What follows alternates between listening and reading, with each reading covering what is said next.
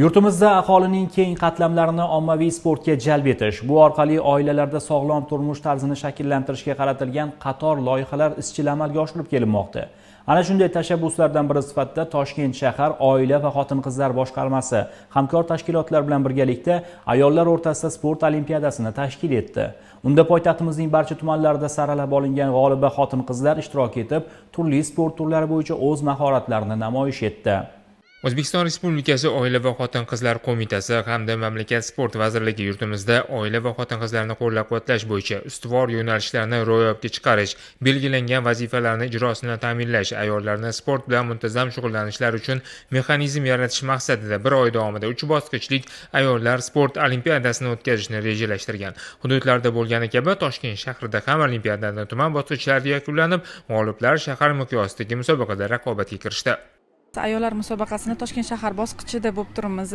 Kayfiyatligi a'lo, ko'tarinki. Ularning kayfiyatini biz ko'rganimiz sari bizning ham kayfiyatimiz ko'tarilib ketyapti. Hamda har bitta tumandan sport maktablaridan trenerlari ham kelishgan.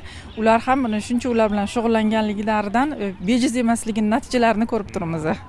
Musobaqalarda tuman oila va xotin-qizlar bo'limi mutaxassislari, olima, oqila, ayollar harakati, hamkor tashkilotlar vakillari, uy bekalari ishtirok etmoqda. Ayollar sport olimpiadasini Toshkent shahar bosqichida dastlabki g'oliblar yugurish musobaqasida aniqlandi. Ularga shaxmat dasturi vakillari sherik bo'ldi. Tashkilotchilarga rahmat. 60 metrga bir marta yugurdim. Vaqt bo'yicha yaxshi natijaga erishdim. Birinchi o'rinni oldim. Tumanda yaxshi o'rin olib, birinchi o'rin olib, shahar chempionatiga chiqdim.